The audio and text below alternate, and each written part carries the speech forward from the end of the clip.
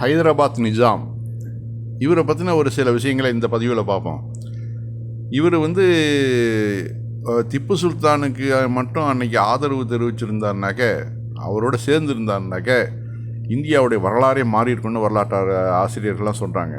அந்த அளவு இவர் திப்பு சுல்தானுக்கு கொஞ்சம் துரோகம் பண்ணவர். அந்த வகையில் ஹைதராபாத் நிஜாமை கொஞ்சம் திப்பு ஆதரவாளர்கள் கொஞ்சம் ஒரு விரோதியாக தான் பார்ப்பாங்க.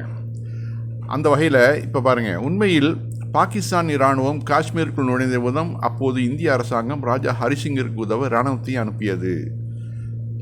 அங்கே காஷ்மீரில் அவங்க பாகிஸ்தான் வந்ததுனால ராஜா ஹரிசிங்கு இராணுவத்தை அனுப்பிச்சு. காஷ்மீர் இந்தியாவின் ஒரு பகுதியாக மாறியது. நம்ம இராணுவம் போய் அந்த பகுதியை நம்ம நாட்டோட இணைச்சது. அதேபோல் இன்றைய மொழியில் மாவோயிஸ்டுகள் அல்லது நக்சலைட்டுகள் என்று அழைக்கப்படும் ஹைதராபாத் மாநிலத்தில் சீனாவின் ஆதரவு பெற்ற போராளிகள் ஹைதராபாத்தை கைப்பற்றினர். அதாவது சீனாவோட ஆதரவோட மாவோயிஸ்டுகள் அந்த ஹைதராபாத்தை கைப்பற்றாங்க. தலைநகரின் ஒரு பகுதி மட்டுமே எஞ்சி இருந்தது. இந்த முழு சம்பவமும் தெலுங்கானா கிளர்ச்சி என்று அழைக்கப்படுகிறது. பின்னர் இந்த இந்திய அரசாங்கம் நிஜாம் ஹைதராபாத் உஸ்மான் அலி கானுக்கு உதவ தனது இராணுவத்தை அனுப்பி தெலுங்கானா கிளர்ச்சியை நசுக்கி முழு ஹைதராபாத் மாநிலத்தையும் இந்தியாவின் ஒரு பகுதியாக மாற்றியது. அப்போது அங்கே பாகிஸ்தான் இருந்தது மாதிரி இங்கே மாவோயிஸ்டுகள். மேலும் இங்கு ரஜாக்கர்களை நினைவு கூறுபவர்கள் சீனாவின் ஆதரவு பெற்ற போராளிகளுக்கு எதிராக ரஜாக்கர்கள் போராடினார்கள் என்பதை அறிந்து கொள்ள வேண்டும். இந்த ரஜாக்கர்கள் சீனா ஆதரவு பெற்ற போராளிகளுக்கு எதிராக தான் வேலை செஞ்சுருக்காங்க. நில உரிமையாளர்கள் அவர்களுக்கு ஆதரவு அளித்தனர். ஹைதராபாத்தை இந்தியாவோடு இணைத்த பிறகு ரஜாக்கர்களுக்கு பொது மன்னிப்பு வழங்கினார் சர்தார் வல்லபாய் பட்டேல். அவர்கள் இங்கே இருந்தால் இருக்கட்டும், இல்லைனா பாகிஸ்தானுக்கு போகட்டும்னு சொன்னார்.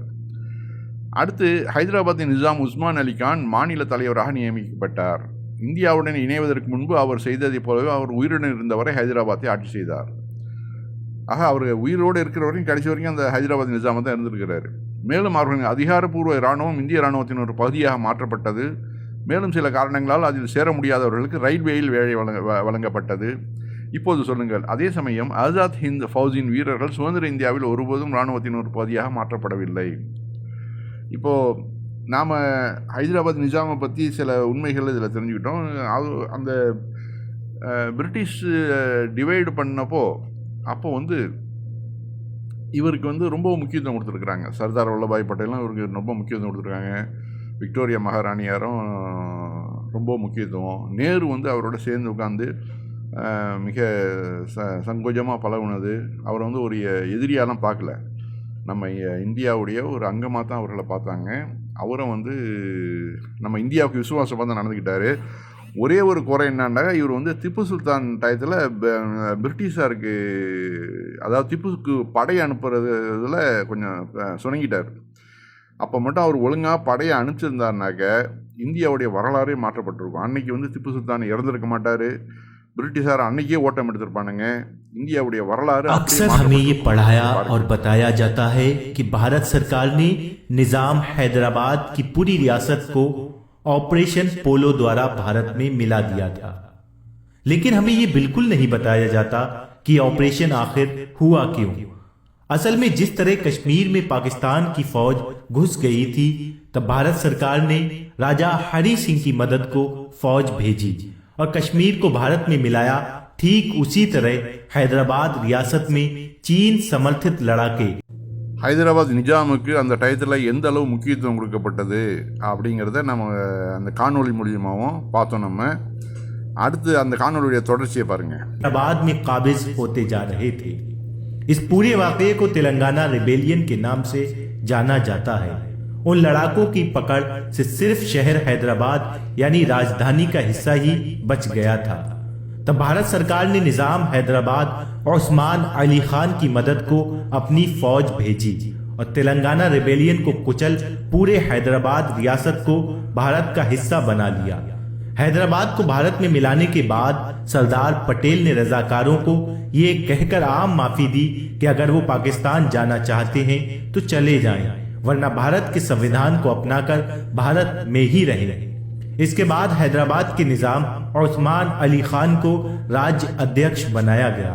वो जिंदा रहने तक हैदराबाद पर उसी तरह शासन करते रहे जैसे वो भारत में विलय से पहले तक करते आ रहे थे। और कई दस्तावेज से ये पता चलता है कि निजाम की आधिकारिक फौज को भारतीय सेना का हिस्सा बनाया गया और जो लोग किसी वजह कर उसमें नहीं जा सके उन्हें रेलवे की नौकरी दी गई। இவரிடம் இருந்த கோடிக்கணக்கான சொத்துக்களை வந்து இந்திய அரசுக்கு கூட கொடுத்துருக்கிறாரு.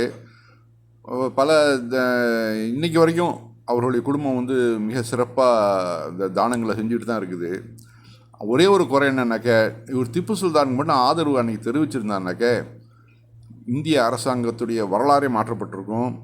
இன்றைக்கி வந்து இந்தியா பாகிஸ்தான் பிரிவினை, பங்களாதேஷ்னு 3 தேசங்களாக பிரிஞ்சிருக்கக்கூடிய அவசியம் கூட இருந்திருக்காது. எல்லாமே ஒன்றாக இருந்திருப்போம். இந்தியாவுடைய அந்த பொருளாதார வளர்ச்சிங்கிறது திப்புவுடைய தலைமையில் இருந்திருக்கும். அப்போ வந்து எந்த அளவு சிறப்பாக இருந்திருக்கும்னு நீங்கள் நினச்சி பாருங்கள். இந்தியாவுடைய பொருளாதாரம் அது எல்லாத்தையும் கெடுத்ததில் நம்ம ஹைதராபாத் நிஜாமுக்கு முக்கிய பங்கு உண்டு. அந்த ஒரு கரும்புள்ளி தான் இவர் மேலே.